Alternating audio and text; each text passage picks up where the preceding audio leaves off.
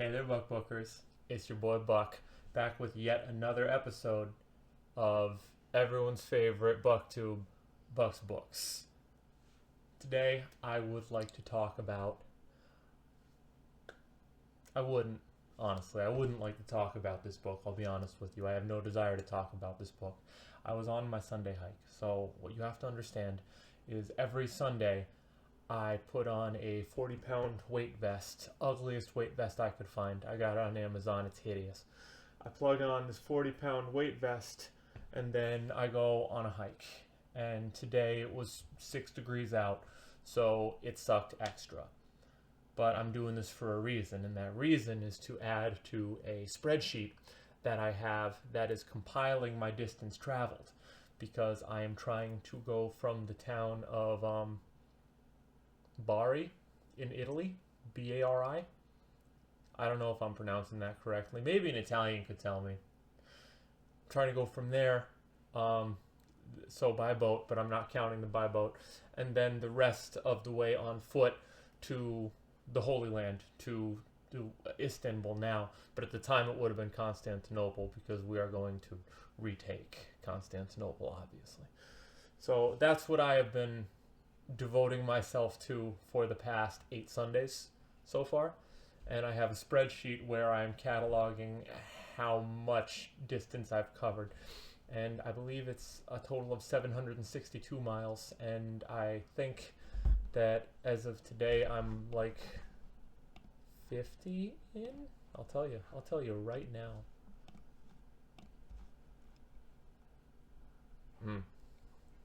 36. So we're off to a decent start. This will be this is going to take me a little while. This will be an endeavor, but an endeavor is what I'm looking for, so that's okay. So I was on my Sunday hike, and as I was walking, I couldn't stop thinking about this book that I hated. It was very bad. And the worst part of the book is that it wasn't that bad. It was well written. It's just everything else about it was miserable. And I'm going to talk to you about that book today, so I can exercise it from my mind, and we can move on to bigger and better and bucker books. This book, and this is like the first red flag, the title of the book is Empire of the Vampire by Kristoff.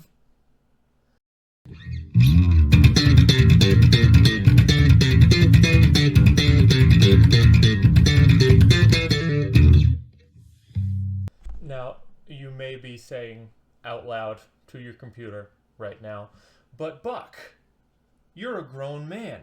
You have bulging tumescent biceps and a Hagrid beard. Why are you reading a book called Empire of the Vampire? It's obviously for teenage girls. In my defense, I was assured it would not be for teenage girls. But guess who assured me? Guess who did it? That's right, it was Reddit. Reddit told me again, and it's the same lesson. It's the same lesson that I just won't learn. I think I have some sort of disability. Like, there has to be a reason. There has to be an empirical reason that I won't remember that Reddit can't be trusted. I am working on NaNoWriMo. So NaNoWriMo is National Novel Writing Month. It's in November right now. If any of you have calendars or a desktop that has the little situation in the lower right-hand corner, you know that it is not November, it is almost Christmas. So what excuse do I have? Well, the excuse that I have is that I wanted to write a fantasy novel. So I'm doubling up. As the normal NaNoWriMo expectation is 50,000 words in the month of November. I want to push for 100 over the course of that 2 months. And a prominent subplot in the book that I'm writing features vampires, but they're not sexy vampires. They're not like Lestat vampires. They're not Twilight vampires. They're closer to 30 Days of Night vampires, but still more human than that. Because 30 Days of Night, those guys were basically just sharks, and you can only do so much with those, so it's like halfway through. But I already had 30 Days of Night. I wanted more inspiration, so I went and I looked online for scary books about vampires, and somehow, they convinced me, that a book called Empire of the Vampire is going to be scary. Now, I looked at it, and I said, maybe an editor did this. I said, maybe it's not the author's fault. Maybe he had some, like, weird, esoteric name for the story, like The Kin's Last Legacy or something like that. That would work, like, because the vampires called themselves kin for some reason in there. So, like, if the book was called, like, the Lost Legacy of the Kin, or the Eternal King, you know, all of these things that would fly. It would still be a little corny, but fantasy novels are by their very nature always going to be a little corny. So that's fine. That would work for me. Said Empire of the Vampire. I said, are you sure? Everyone was like, oh, dude, it's 100 stars. It's so good. Empire of the Vampire is so good. So I started listening to the audiobook. And you know what? It was good. At first. He can write. J. Kristoff can write. He can turn a phrase. He is fully capable of... The prose is like sparkly, you know, like a vampire, like Oscar Wilde. Oscar Wilde's prose, not Oscar Wilde himself. Although Oscar Wilde himself may very well have been sparkly, I didn't know him. So it starts off strong, and the world building is excellent, and the word choice is solid in setting the tone. So the opening chapters are phenomenal, and I read it and I'm like, okay, I stand corrected. Empire of the Vampire was obviously a clerical oversight. Someone else made him do this, and the rest of the book is going to be good. And then the problem was, this part isn't even a problem. Honestly, we're not at the problem yet. We proceed into, like, vampire culture as it is, and there are all of these, like, breeds of vampire, and they all have different magical powers, and it's got, like, a sort of isekai vibe. I don't know if I'm pronouncing that correctly, because I'm not a degenerate weeb, but I know many, and they tell me about that sometimes. But it's got that vibe to it, where they're like leveling up in a video game, so there are these 5 different houses of vampires, and one has the power to control beasts, and the other has the power to manipulate emotions, and it's very, if you'll allow me to coin a phrase, assuming it hasn't been coined yet, Sandersonian, after our good friend Brand Sand and his deeply Mormon magical systems within his, like, metal-eaten novels. And I don't know, like, there's another one for you.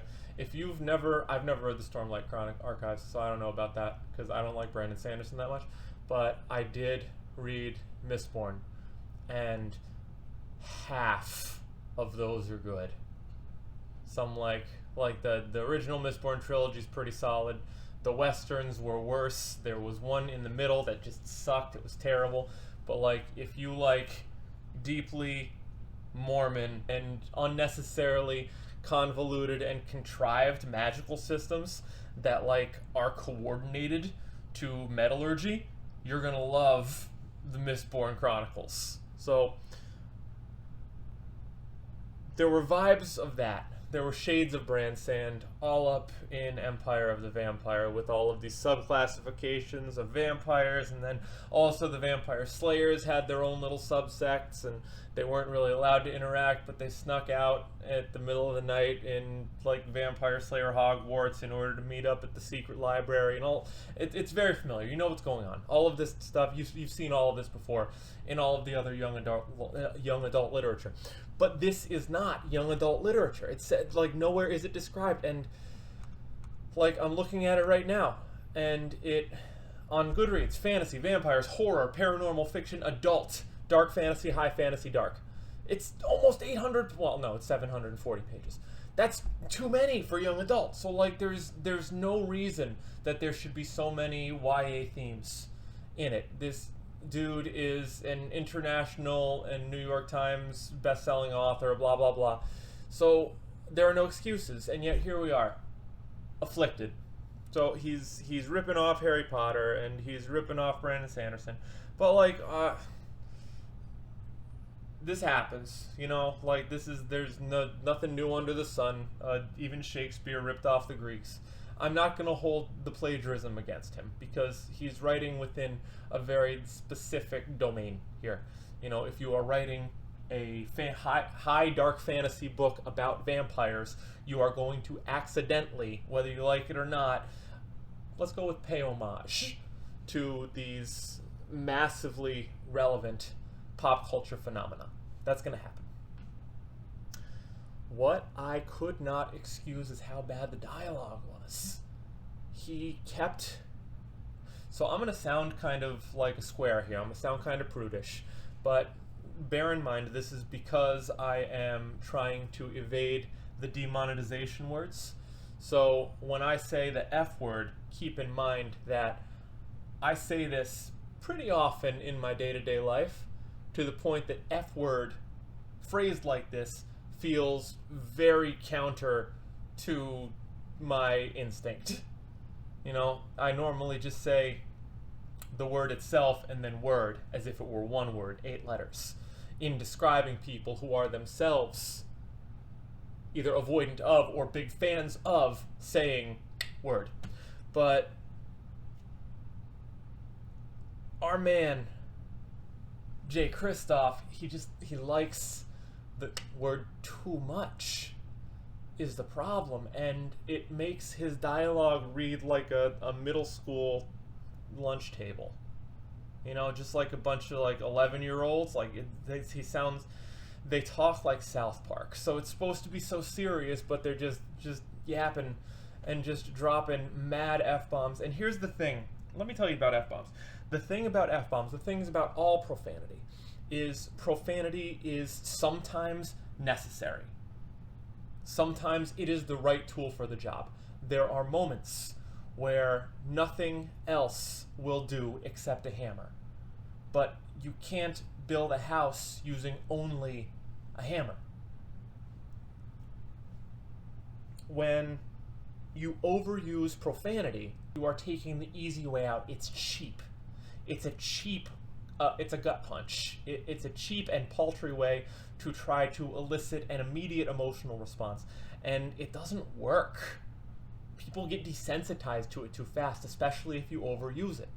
So he overused it so bad. And I understand that the idea is this is supposed to be this gritty crap sack world and everyone is really tough. But like, it just didn't read as authentic. It made it unreadable because of because of how heavy he was leaning into their profanity. So they were just going back and forth, and they sounded like high schoolers. And they're supposed to be like these griddled. Half of them are supposed to be these ageless, timeless sociopath immortals. And for some reason, all of the vampires were LGBTQ coded. And I think that's just the risk that you run when writing like popular vampire fiction. I think that that's very in vogue these days.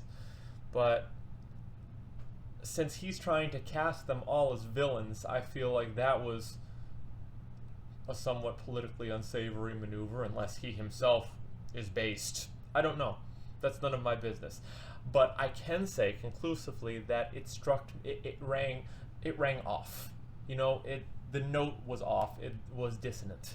To see how... Is flamboyant still okay? Flamboyant these vampires all were.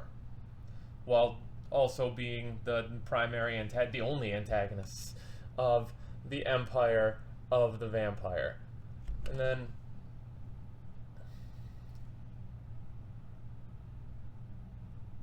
at some point, our boy, the main character, whose name I don't remember, but he's Trevor Belmont. Like, if you saw the Castlevania anime, the Western cartoon that they made look like an anime on Netflix a couple years back, you know, Trevor Belmont, that's the guy. This whole thing is Trevor Belmont fan fiction, and set in a Harry Potter world. It's just, he's bits and pieces just slapped together.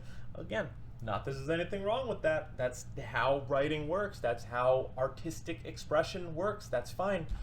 But he's wandering the countryside and smoking heroin. It's not heroin. That's definitely a demonetization word. He's smoking the good stuff. He's smoking dried vampire blood, so that gives you a little bit of an indication there. But it's supposed to make him, it's supposed to keep his hunger at bay because he's a day walker. It's the same backstory as Blade. He's like half vampire. So we're taking a chunk of Blade. We got a chunk of Blade, we got a chunk of Castlevania, we got a chunk of Harry Potter, we just got all these chunks and they're mixed together. But like, it's a Frankenstein. It's like you can see the stitch work and it's sloppy. And what the worst part is that the writing isn't sloppy. The writing is good until he has to do dialogue. And then the dialogue is just so stilted and wooden and unconvincing, and what it felt like is, as I'm reading the book, it felt like he himself, this best-selling author, wrote all of like the prose, like the descriptions and the world building, which he just kind of cobbled together from a vision board where he like just tacked up all of his favorite dark academia sort of franchises, his favorite dark fantasy IPs, and then he was like, yeah, and then he described that, and then he like outsourced all the dialogue to a 14-year-old on Archive of Our Own, and it's very obvious, and that's why I had to stop reading the book. I made it a little more than halfway through, and he's drunk, as Trevor Belmont always was, and being arrogant and mean to everyone, as Trevor Belmont always was, and getting into fights in bars, as Trevor Belmont always was, and usually winning because he's a highly skilled hand-to-hand combatant because of his vampire-slaying past, as Trevor Belmont always was. And then he meets up with his old nun crony from his high school, from Vampire Slayer High School, and they're talking about the good old days, and she tries to convince him to come with, and she built herself a little D&D party of like highly disposable hirelings. There's like the bard who is conceited and smug and just one-note characters. I don't even remember the rest of them. I don't remember any of their names. There might have been a priest. I don't know. But they're all there, and just the interactions between all of the... there was a woman with a tiger. There was the woman who controls a large cat of some kind. And whenever they're interacting with Trevor Belmont, they're just like spitting at each other and just saying the F word a bunch, just over and over again, and it's just inauthentic. It feels inauthentic. So I had to stop reading it. And Jay Kristoff, if you see this review somehow, let it be known that I don't feel good saying all of this about your writing. I know you worked on it very hard.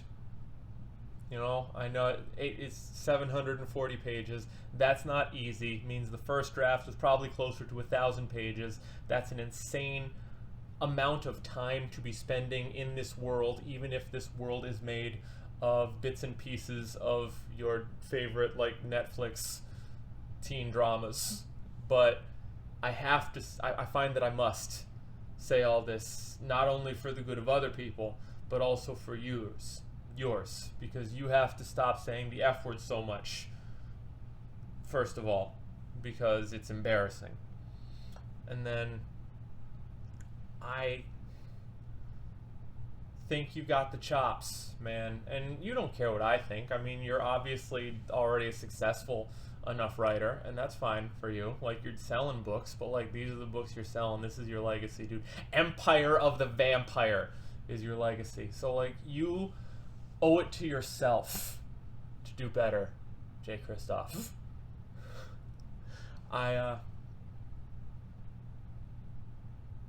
I had to stop reading it. Not just because it was emotionally exhausting, but because I could feel it negatively impacting what I was writing. Like it was draining the vitality, ironically enough, from my own dialogue. So I got to kick it. There was just too much at stake. See, that's a good vampire pun. You had the opportunity for a vampire pun. Empire of the Vampire is not a vampire pun. It's sort of like wordplay, only play is fun. So like a steak pun would be good, or like, I guess the next baseball themed one, Umpire of the Vampire, you can do a lot with bat. Like, there are many options available to you. You just need to stop taking these ones. That's all I can say about this book, because like I said, I didn't finish it. Maybe it really pulled it together in the end. Maybe it was great. I don't know. And I never will. And it just occurred to me that my microphone is all the way over there, and I'm definitely not doing this rant again, so sorry about the audio quality. Next time it'll be better. If you like hearing me complain about this poor man's life work, like, follow, subscribe. More will be forthcoming. I love you. Okay, bye.